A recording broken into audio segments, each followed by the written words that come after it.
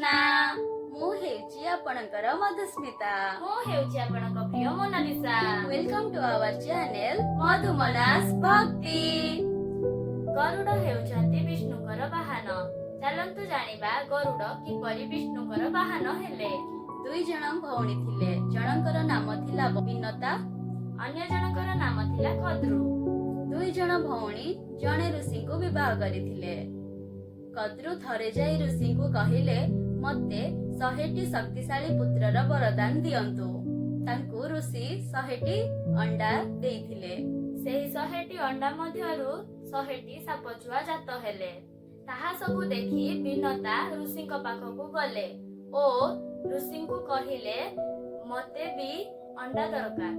ଅଳ୍ପ ହେଉ ପଛେ ତାଙ୍କଠାରୁ ଶକ୍ତିଶାଳୀ ହେବା ଦରକାର।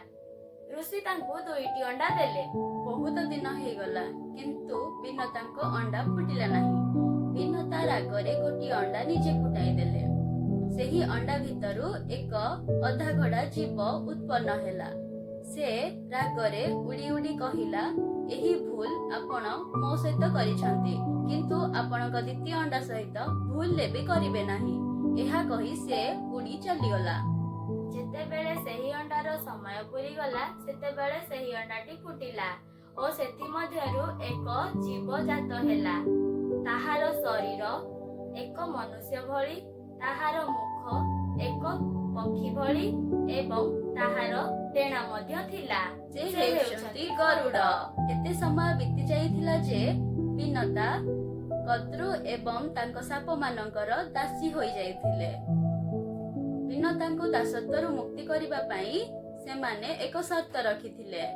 ସେହି ସର୍ତ୍ତଟି ହେଉଛି, ତାଙ୍କୁ ଯିଏ ଅମୃତ କଳସ ଆଣିଦେବ, ସେ ବିନତାଙ୍କୁ ଦାସତ୍ୱରୁ ମୁକ୍ତ କରିଦେବେ।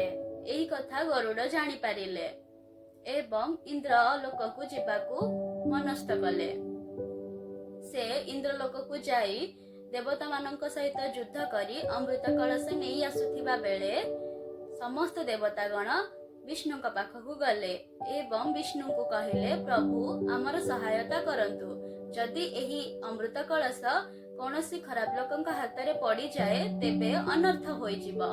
ତାପରେ ବିଷ୍ଣୁ ଆସିଲେ ଗରୁଡଙ୍କ ଠାରୁ ଅମୃତ କଳସ ନେବା ପାଇଁ।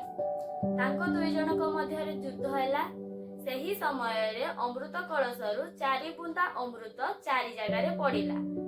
ସେଥିପାଇଁ ସେହି ଜାଗାରେ 12 ବର୍ଷରେ ଥରେ ସେଠାରେ ମହାକୁମ୍ଭ ହୁଏ ବୋଲି ମନାଯାଏ।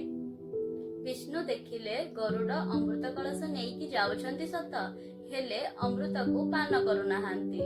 ସେ ଏହାର କାରଣ ପଚାରିଲେ। ବିଷ୍ଣୁ ଏହା ଶୁଣି ଖୁସି ହେଇଗଲେ। ସେ ମନେ ମନେ ଚିନ୍ତା କଲେ କି କେହି ତାଙ୍କ ମାଙ୍କୁ ଏତେ ଭଲ ପାଉଛନ୍ତି। ବିଷ୍ଣୁ ଗରୁଡଙ୍କୁ କହିଲେ କି ତମେ ଅମୃତ କଳସ ନେଇଯାଅ, ହେଲେ ତମେ ଯେତେବେଳେ ଅମୃତ କଳସ ତାଙ୍କ ହାତରେ ଦବ, ମୁଁ ଯୋଗମାୟା ବଳରେ ତାଙ୍କୁ ସେଠୁ ନେଇଯିବି ଏବଂ ତମେ ମଧ୍ୟ ତମ ମାଙ୍କର ଦାସତ୍ୱ ମୁକ୍ତ କରିପାରିବ। ବିଷ୍ଣୁ ଗରୁଡଙ୍କୁ ଅମୃତ କଳସ ନେବା ପାଇଁ ଏକ ସର୍ତ୍ତ ରଖିଲେ। ସେହି ସର୍ତ୍ତ ଥିଲା, ତୁମେ ଯଦି ଅମୃତ କଳସ ନେଇଯିବ, ତେବେ ଅନନ୍ତ କାଳ ପର୍ଯ୍ୟନ୍ତ ମୋ ବାହନ ହୋଇ ରହିବ।